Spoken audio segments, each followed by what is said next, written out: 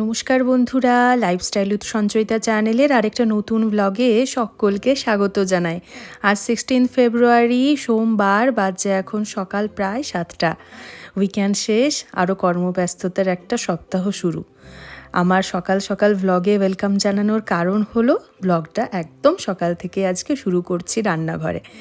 আজকে সকালবেলা জলখাবারে বানাচ্ছিলাম ব্রেড উপমা। গতকাল স্যান্ডউইচ বানানোর পর অনেকটাই ব্রেড বেঁচে গেছে, আর 2 দিন পর পর স্যান্ডউইচ খেতেও ইচ্ছা করছিল না, তাই সেই অবশিষ্ট ব্রেড দিয়েই বানাই ফেলছি আজকে ব্রেড উপমা। কিছুটা সর্ষের তেলে রাই ফোড়ন দিয়েছি, মানে আমাদের সর্ষে, আর তার সঙ্গে দিয়ে দিলাম পেঁয়াজ কুচি। এখানে কিছুটা টমেটো কুচি আর ক্যাপসিকাম কুচি করে রেখেছি, সেটার উপরে একে একে অ্যাড করব। তারপরে দিয়েছিলাম রেগুলার ব্যবহারের যে সমস্ত মশলাগুলো আমরা ইউজ করি সেটা, আর তারপরে একটু ম্যাগি মশলা। সামান্য জল দিয়ে একটু গ্রেভি করলাম। পাউরুটিগুলোকে পিস পিস কেটে তারপরে খুব হালকা হাতে এরপরে মিক্স করে নিচ্ছি। দুর্দান্ত খেতে হয় এটা। উপর থেকে সামান্য টমেটো কেচাপ আর ধনেপাতা ছড়িয়ে নিলাম। জোজোর জলখাবার সকালের রেডি। ও কিন্তু এটা খেয়ে যায় না, টিফিন বক্সে নিয়ে যায়। সকালবেলা ছাতু শরবত খেয়েই চটফট বেরিয়ে পড়ে কলেজের জন্য। আর আমার হাতের অবস্থা দেখছেন, এসে নেল পালিশ পরেছি, আমার টাইম হয়েছে। চলুন এরপরে বেরিয়ে পড়ি। প্রথমবার যাচ্ছি ব্যাঙ্গালোরের রাস্তায় একা গাড়ি চালিয়ে।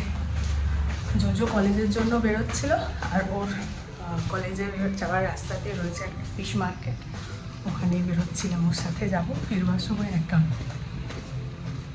দেখে চলো।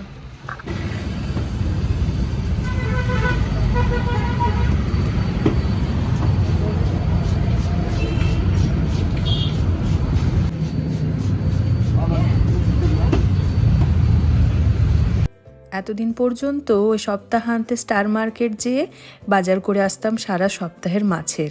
সেই বরফ দেওয়া পুরোপুরি মাছ নিতে ইচ্ছা করতো না, কিন্তু কোনো অপশনও পেতাম না। এখন সে পরিবর্তে এই সুন্দর একটা জায়গাকে খুঁজে পাওয়া গেছে।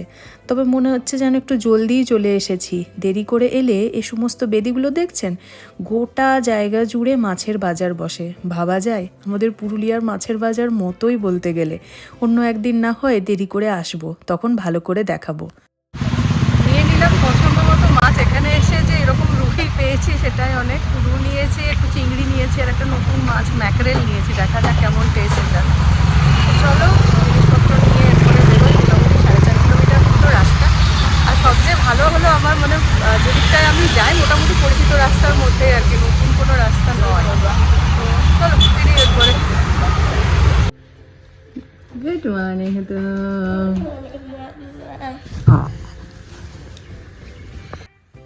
হয়েছে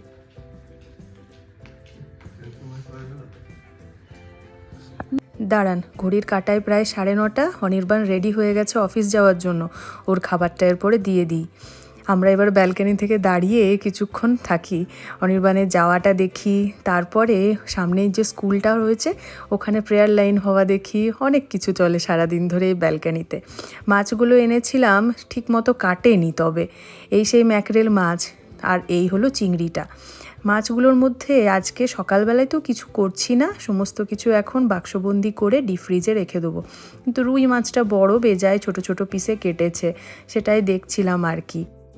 রান্নাঘরে কাজ করতে করতে মাঝে মধ্যে ফ্রিজটার দিকে তাকিয়ে থাকি হাঁ করে, আর ম্যাগনেটগুলোকে একবার করে হাত দিয়ে সাজায় এদিকে ওদিকে। কারণ এক একটা ম্যাগনেট মানে রয়েছে তার সঙ্গে জড়িয়ে থাকা এক ঝুড়ি স্মৃতি। সবচেয়ে নবতম সংযোজন আমার এই অযোধ্যা পাহাড়ে ছৌ ঝুমুর পলাশ পুরুলিয়ার ফ্রিজ ম্যাগনেটটা। আর এই কেটলিখানাকে চিনতে পারছেন? সেই পুরুলিয়ার খাদি মেলা থেকে এনেছিলাম। এটাকেও আমার ডাইনিংয়ের একটা সুন্দর কর্নার র্যাকে সাজিয়ে রেখে দিয়েছি। কি অপূর্ব সুন্দর লাগছে সবকটার মধ্যে। দেখুন ভীষণভাবে হাইলাইট হচ্ছে এই হলুদ রঙটা। ব্যাঙ্গালোরে প্রচুর রোদ এখন, মানে শীতকালের যে রোদের একটা ভালো একটা কি বলবো কমফোর্টেবল ব্যাপার থেকে একদমই নেই। ঘরের ভিতরে ঠিক আছি, বাইরে বেরোলে প্রচুর রোদ লাগছে। মনে হচ্ছে সেই মুখে টুখে আমরা যেমন বেঁধে টেঁধে যেতাম বাইরে, সেরকমই বেরোতে হবে। জামা কাপড় যেগুলো ওয়াশিং মেশিনে ওয়াশ করছি হাফ ড্রাই হয়েই বেরোয়, মোটামুটি আধ ঘন্টা 45 মিনিটের মধ্যে জামা কাপড় পুরোপুরি শুকিয়ে যাচ্ছে। তো আজকে শিবরাত্রির পরের দিন, আমরা তো গতকালকেই করে নিয়েছি, আজকে মায়ের পালন রয়েছে। মা ওই শিবরাত্রি না করে তার পরের দিনে চতুর্দশী পালন করে। তো সেক্ষেত্রে ভাত ছাড়া নিরামিষ খাবার দাবার খাওয়ার হয়। তো মা তো ভাত খাচ্ছে না, আর আমারও আজকে এখন অবধি ভাত খাওয়া যাবে না, কারণ এখনও শিবরাত্রি ছাড়েনি, রাত্রিবেলায় খাওয়া হবে।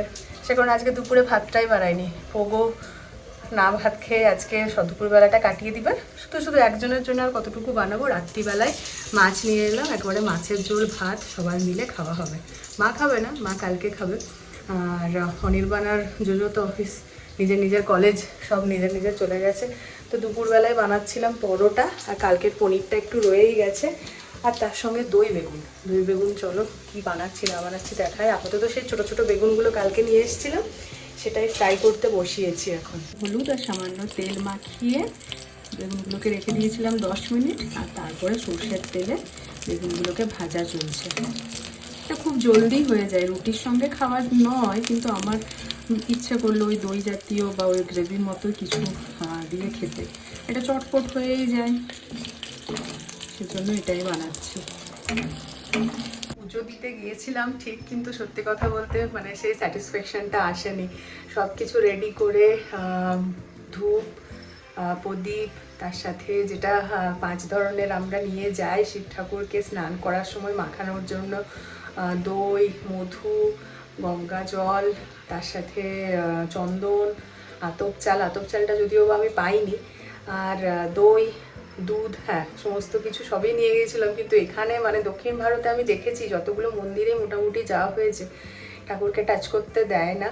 ওই দূর থেকে দেখো, দর্শন করো, ধূপ প্রদীপ বাইরে জ্বালাও, নারকেল নিয়ে গেলে ভাঙো, দুধের প্যাকেট দিয়ে স্নান করাতেও দেয় না, দুধের প্যাকেট সেখানে রেখে দিতে হয়। আর পূজা প্রসাদ ওই সময় সংকল্প করে পূজা করা সেরকম কোনোই ব্যাপার না, জাস্ট দর্শন করো, টিকা নাও, আরতি নাও, ব্যাস ওইখানেই শেষ। যাই হোক সমস্ত কিছু নিয়ে গিয়েছিলাম কিন্তু হয়নি আর কি। যাই হোক মন থেকে পুজো করেছি, ঠাকুরকে প্রণাম করেছি, সেটুকুই আর কি। চলো রান্নার কাজে আবার ফিরে আসা যায়। রোজকার ব্যবহারের গুঁড়ো মশলাগুলো যেমন হলুদ, জিরে, ধনে, লঙ্কা গুঁড়ো তো দিয়েইছি, তার সাথে একটু গরম মশলাগুলো আর কাশ্মীরি রেড চিলি পাউডার দইয়ের সাথে খুব ভালো করে এখন মিক্স করে দেবো। কিন্তু এক হাতে মনে হচ্ছে না খুব ভালো করে মিক্স করা যাবে বলে, দাঁড়ান ফোনটা হাত থেকে নামিয়ে খুব ভালো করে মিক্স করি, তারপরে বেগুনগুলোর সাথে দিয়ে দিই। বেশিক্ষণ ফোটাবো না, কিন্তু খুব অল্প সময়ের মধ্যে এটা রেডি হয়ে যায়।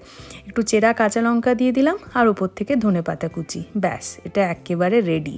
যদিও বা ভাতের সঙ্গে ভালো লাগে, কিন্তু আমার এই থালিটাকেও খুব সুন্দরভাবে সাজিয়েছে, একেবারে বিহারি থালির মতো দেখতে লাগছে। দই বেগুন, লঙ্কার আচার, পরোটা, আর তার সঙ্গে রয়েছে স্যালাড। আমাদের আজকের লাঞ্চ। বিকেল এখন বাজছে প্রায় 5:30। লাস্ট 2 দিন ধরে খোঁজাখুঁজির পর আজকে পাওয়া গেছে পোগোর বন্ধুগুলোর। গতকাল আবার বেরিয়েছিলাম আমরা ওদের খুঁজবার জন্য, কিন্তু কেন জানি না দেখাই হয়নি। তাই আজকে একটু সময় ওয়েস্ট না করে পোগোকে একবার বলতেই ঘুম থেকে উঠে রেডি বন্ধুদের সঙ্গে দেখা করার জন্য, খেলার জন্য। রেলগাড়ি রেলগাড়ি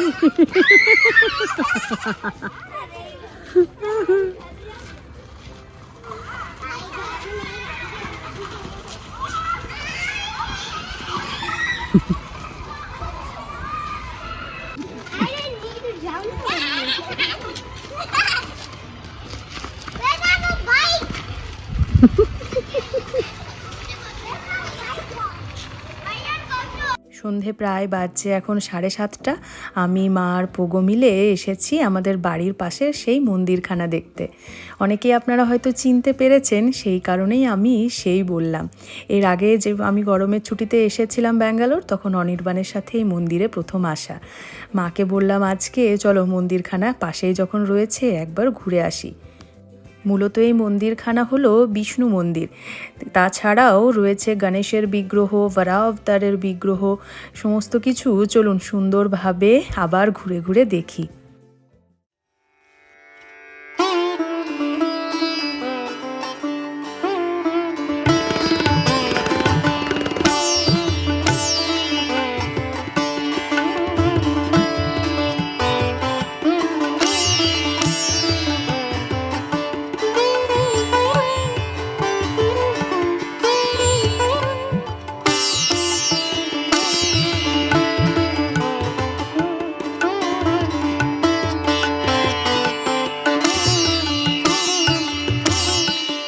ফেরার পথে নিলাম গরম গরম সিঙ্গাড়া আর সাথে অমৃতি।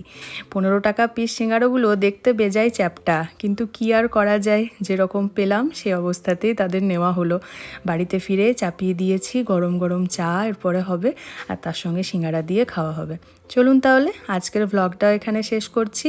ভালো লেগে থাকলে অবশ্যই একটা লাইক করে দেবেন। চ্যানেলে যারা নতুন দেখছেন প্লিজ সাবস্ক্রাইব করে নেবেন। দেখা হবে পরের আবার একটা নতুন ভ্লগ নিয়ে। থ্যাঙ্কস ফর ওয়াচিং বন্ধুরা।